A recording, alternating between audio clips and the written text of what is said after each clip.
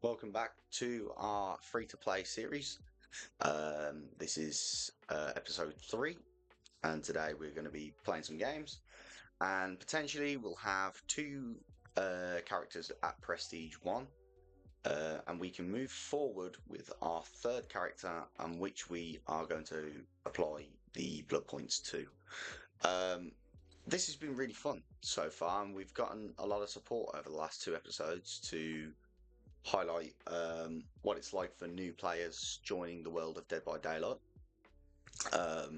with me explaining a few things along the way.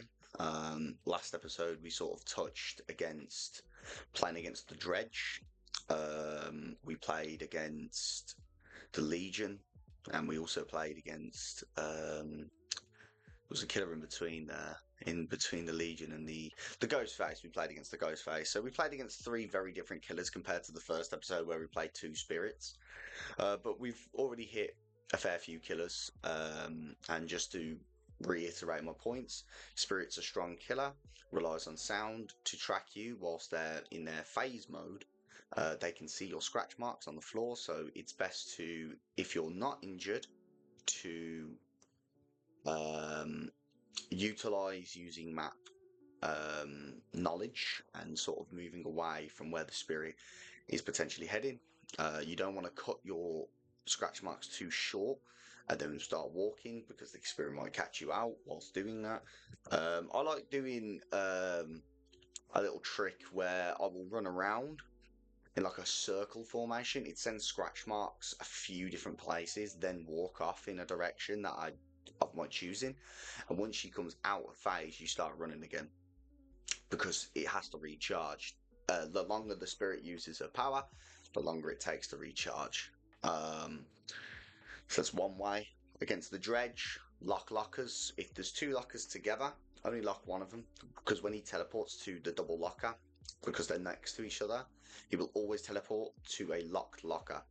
And if you have locks on both lockers, what will happen is, against a good Dredge, they will come out of the locker and they will break the other lock. And now them 2 lockers are in a very, very good territory for the Dredge. They can teleport to them lockers and be safe, essentially. Whereas if you lock one of them, he will always teleport to the locker. He will come out of the locker, and once you go back towards that area, you can lock the other locker. And when he teleports back to that double locker, he will teleport again to the locker. You'll get 2 uses out of it instead of 1. Ghostface, again, it's just about using camera control. Camera control. You want to always be looking around. Look for places where they might pop out of. Avoid going around blind corners, because you might run into him. The Ghostface stalks more from when he's peeking around a corner, so you want to try and avoid being out in the open. And this goes the same for the other stealth killer in the game that uses a stalking ability, which is Michael Myers. He does something similar, is that he will look at you and will gain power that way. When we come across a Michael, I'll try and show you how to play against them.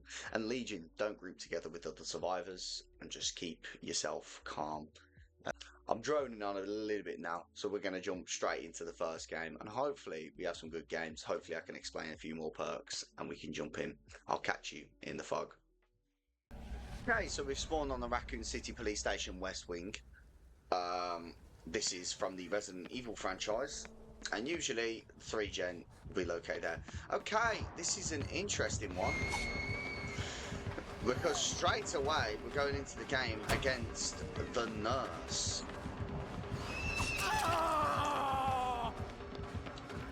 So this is going to be very interesting. So, quickly, the nurse is one of the strongest killers in the game, and she's strong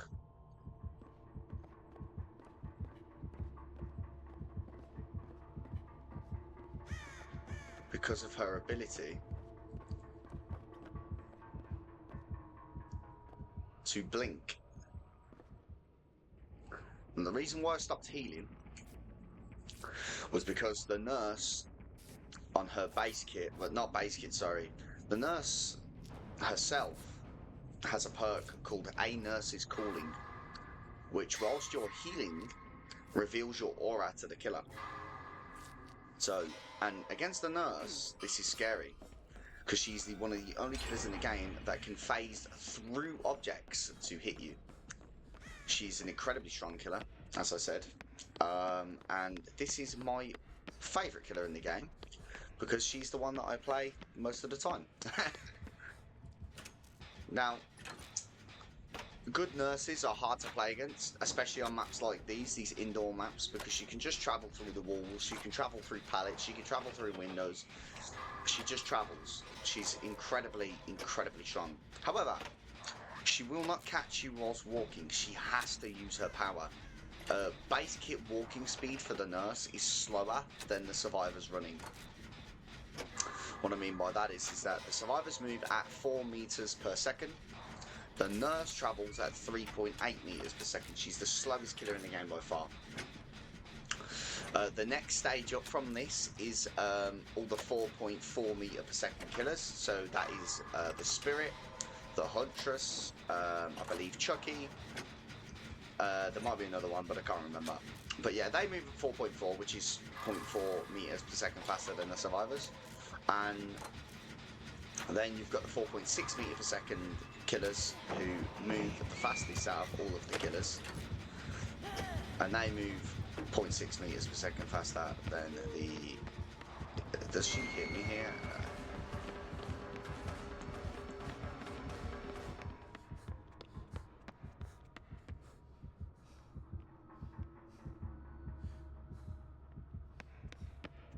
Now, this is still a fairly new nurse. This is someone that's not very well versed in playing her just yet.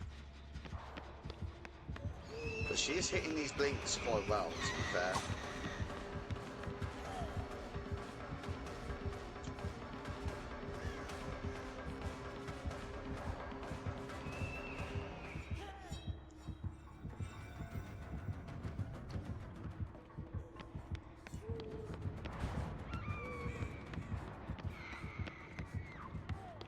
Why to play against the nurse is to move unpredictably. Go through different doorways, to the next doorway, to the next one, and just keep running around, kind of erratically, so to say.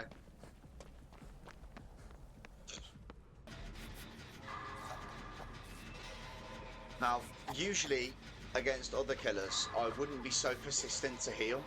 But because it's the nurse, she really, really benefits from you not healing. Because if she blinks on top of you and you're not healed, you go down immediately. You just go down immediately. There's no chase, there's nothing involved in it. You just go down, you just die. So you should heal against the nurse. Now, I'm going to hug trade here. This is something I kind of need to do in this situation. I just need her to leave. She doesn't need to be here. Let me get picked up, it's fine, you know. It's fine. The generator is going to be completed, and they can heal each other, and we can get out. Here.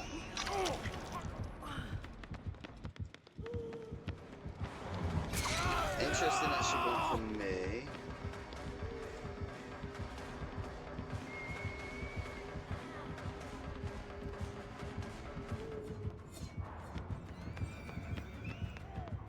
Said erratic movements, very, very much erratic movements. We're not gonna drop. We're gonna run.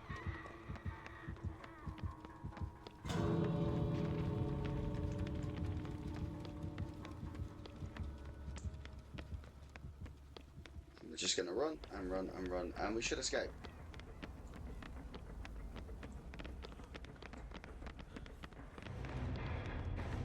And just like that, we escaped. GG's, GG's. Alright, so we spawned in on the Wretched Shop on the Auto Haven Wreckers. This is not from a licensed DLC, this is just a standard map of the game. And again, we're going to head over to one of our Deja Vu gens. We are playing against the Trickster. Trickster is an annoying killer for new players because he Uses his blades. This seems to be someone that's quite new to the game though, judging by his erratic movements early on.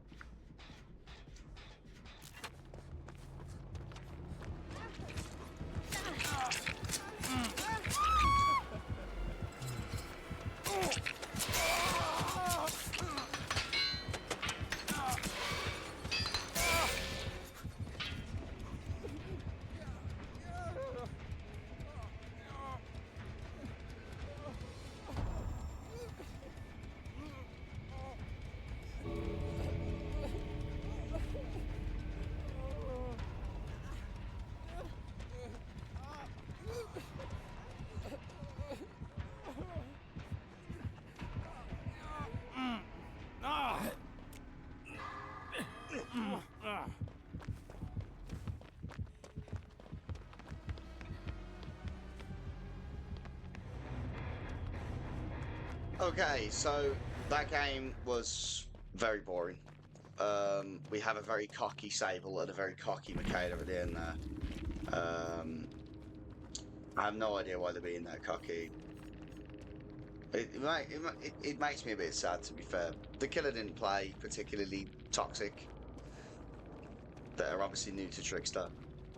And essentially what happened in that game is, because editing it down is going to be pretty terrible, I got on a gen, I did a gen, I got on another gen, I did that gen, everyone else was doing gens. He tried to go after Nia, it didn't work, and he lost. He downed me with these blades when I was trying to take a hit for Nia to try and get her out. They flashlight saved him, and then they started teabagging him at the exit gate. It's not good. It's not good. But just before we go into the next game, I'd like to just point out something to you guys called the quests. These are a new implementation into Dead by Daylight. You will get 3 daily quests. They're always very easy, very obtainable to do, and out of it you'll get 15,000 blood points and 45 rift fragments. I will go into rift fragments.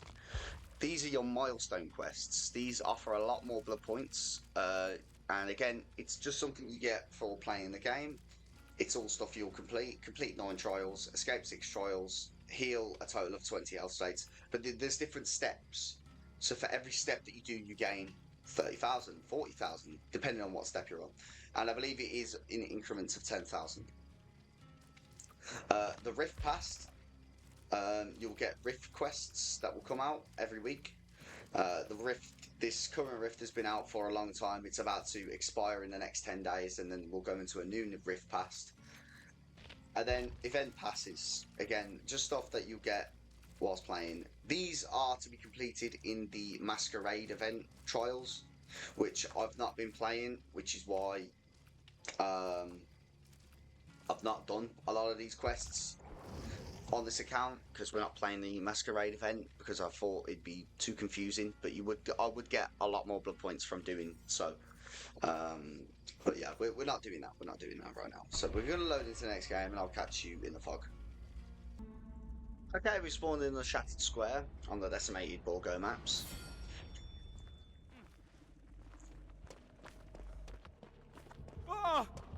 And we're against a nemesis.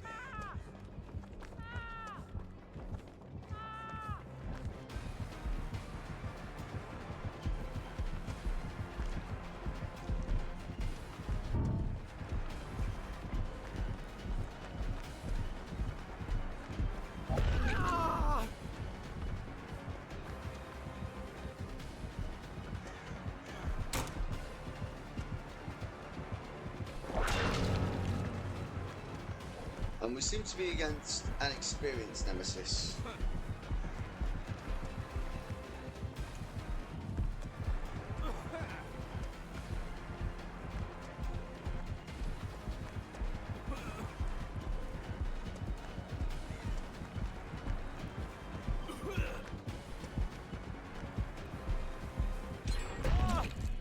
Unlucky. Okay, so the nemesis, obviously from the Resident Evil franchise. This killer has a whip. that infects you, this blue stuff that I've got infected with. He upgrades his whip as he gets more whip attacks done. So it will go tier 1, which is the weakest form of the whip, which doesn't, it's just a standard whip. Infects you, will injure you if you're already infected. Tier 2, which is that sound right there, allows him to break pallets with the whip and breakable doors. Then you'll have tier 3, which adds an extra meter to the whip, making it a very long attack. So all in all, nice, right? Also, 2 zombies will spawn on the map, 2 Resident Evil themed zombies that are fairly weak, but they can infect you, they can injure you, they can down you. These white boxes here have the infection cure in them. But, like most players in the game, you do not want to use these until you are on your last hook.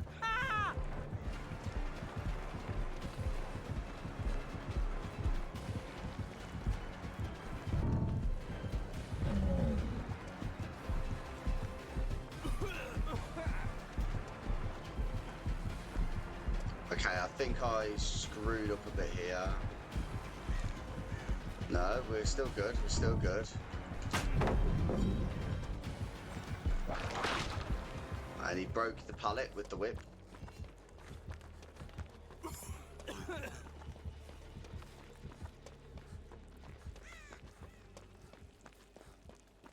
Okay, so we're working on one of the final 2 gens. Steve Hamilton is on hook. He's been taken off hook. I'm on my death hook because, as I said in the beginning of this game, this seems to be an experienced nemesis. This is someone that isn't new to the game, has at least got a few hours in it.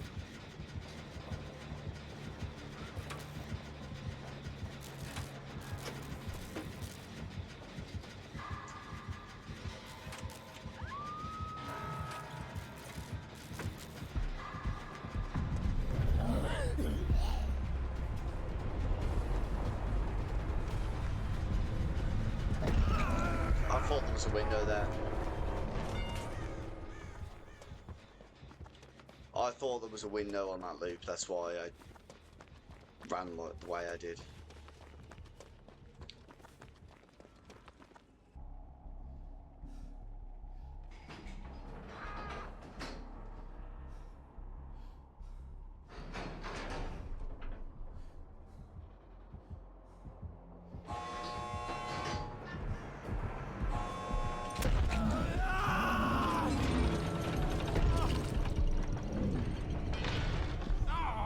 Nothing I can do, unfortunately. So yeah, that was the unfortunate result of this person right here, Steve Harrington, for not being a good team player and running the killer towards where the gens are, and Michaela for being fairly new to the game. It happens. Okay, we've spawned in on the Greenville Square, and as you can see, I'm playing Meg. The reason I'm playing Meg is because I want to use her perks, Sprint Burst and Adrenaline. These are 2 of her perks. She also has another one called Quick and Quiet.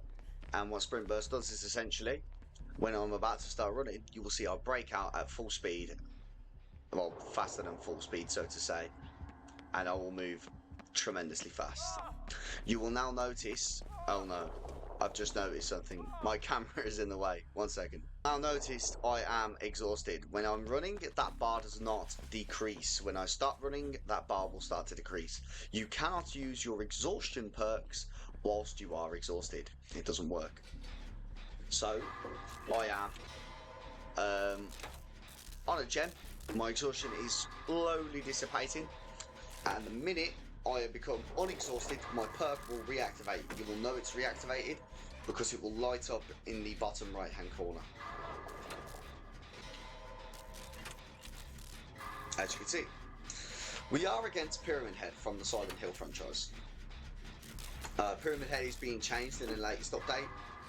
As of right now, he is a strong killer. He is becoming stronger. and he's going to be a very interesting killer to play against. It's hard to explain what Pyramid Head does as a killer, because it's just very hard to explain. I'm going to move my camera back down there because I don't like it up here. Okay, Pyramid Head will drop these. You can walk over them by crouching.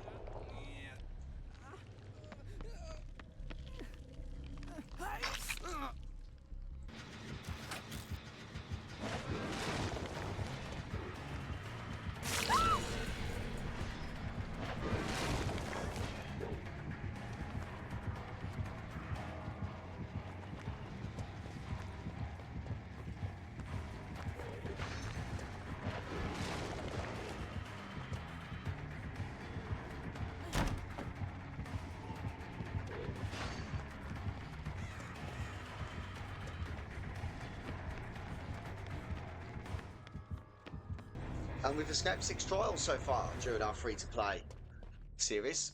So that's been really good. That's been really, really good. 9 trials, actually.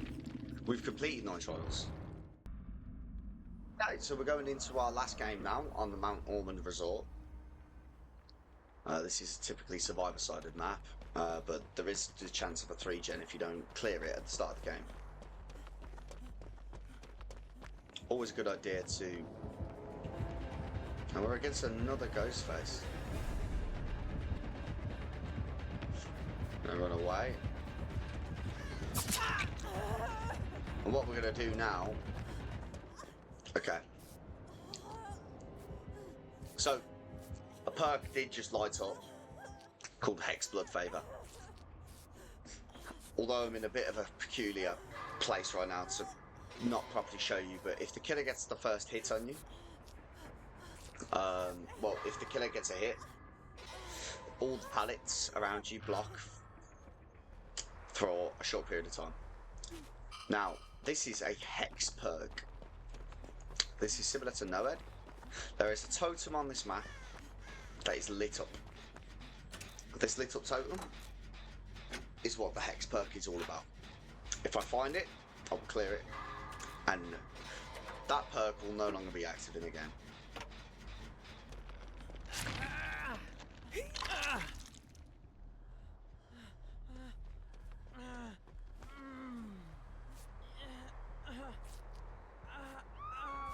So what's happening right here is he is refusing to be healed because he wants to leave the game because he's a prick. So he's an absolute cunt and I hate him, and he can fuck off, honestly.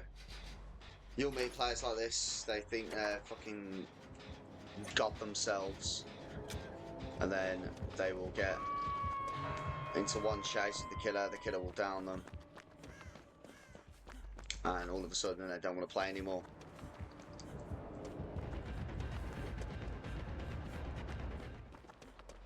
He's probably going to expose me here.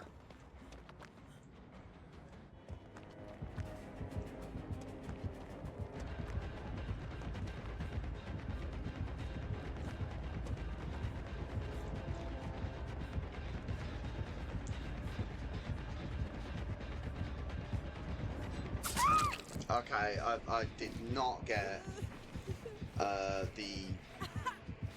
I could not pull down the pallet, unfortunately.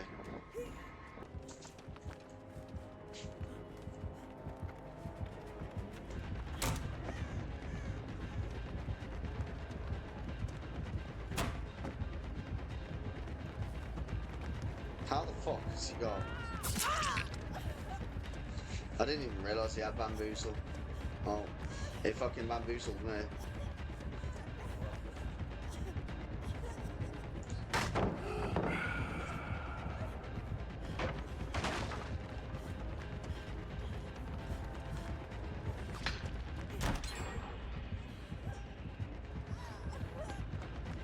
That's fine.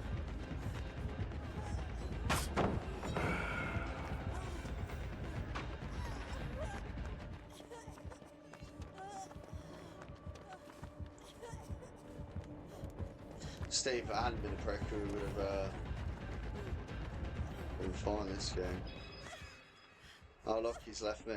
It's almost like he can't handle the heat.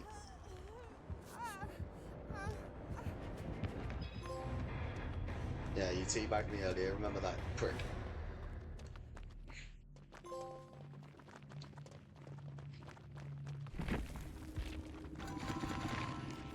And we got a perfect escape. And we have left with 43,000 points. And Steve has left too. Even though he tried to not participate in the game, just simple way of going through it, and we get out. But yeah, unfortunate Rudy. How about next time don't teabag me, you prick. Thank you all for watching this latest episode, episode 3 of my free-to-play series. We've had some really good games today, and we've made some really good progress. We've got 3 characters at Prestige 1. What I would recommend to you now, if you're playing along with me and you've done, a similar amount of games, if you're not playing along with me, you're just sort of watching this as a new player with a few characters there and there. As I said before, get Fengmin. Get Fengmin, get Fengmin, get Fengmin. Get Fengmin up, get her prestiged, unlock her perks. I would argue it's even beneficial to get Prestige 3 on Fengmin, just so you can unlock Live and Technician on all of your characters. As I said, Technician is a perk that, if you're really struggling with skill checks, is a great perk to assist you with the skill checks. It will not cause a loud noise notification on the gen that you're working if you do accidentally miss the skill check. However, it will regress the generator by a substantial amount, so it's a good perk to run if you are really struggling with hitting them, but a bad perk to run if you're going to constantly hit the gen. I would suggest you go into tutorial again, the survive with bots, and I would just practice getting your skill checks down. This might seem long, it might seem tedious, but that is the only way right now that you can practice offline, unless you have a friend that is willing to just sit in a lobby with you whilst you complete generators. That is pretty much it. That is the only way you will learn how to hit skill checks if you don't want to do it in a live game. But yeah, the build that I suggested with Live, Kindred, Deja Vu, and Resilience, it's a really good build. Swapping Resilience out for Technician if you're struggling with the skill checks, as I said. And yeah, just in terms of items, bring yourself a medkit. You can run whatever add-ons you want. I would avoid using anti-hemorrhagic syringes and styptic agents until you're a little bit more experienced within the game. But just extending your medkit and stuff like that. One medkit is one full heal. That's how much it is. It's 16 charges. So yeah, bit of a long outro, bit of a long intro for today. It's going to be a very long episode, but we've had some really good games, some really good games. We've played against someone with a bit more experience as well today, just to show you what you can be up against and what you will be up against as you continue playing in the world of DBD. But yeah. If you have any questions, as I said, drop your comments down below. I will respond to every comment without fail. If you have an opinion on something that you'd like my opinion on, if I'm here for it. I'm here for it. I will respond to everything and anything. But yes, this has been a pleasure. I shall catch you guys in the next episode. Remember, follow me, subscribe, and if you want to see live content with me on my main account, that is Hassel. Twitch is spelled the exact same as it is on YouTube, H4SSELL. And come in, drop a comment, drop a thing in my Twitch chat. Let me know that you're from my YouTube, and I would be much appreciated of that, and very, very glad to accommodate you on my channel if you want to ask me live questions and stuff. But yes, definitely drop a comment if you're unsure about something. I'm more than happy to respond to every comment that gets put under my videos. But yes, I shall catch you in the next one. Peace out. Love you all.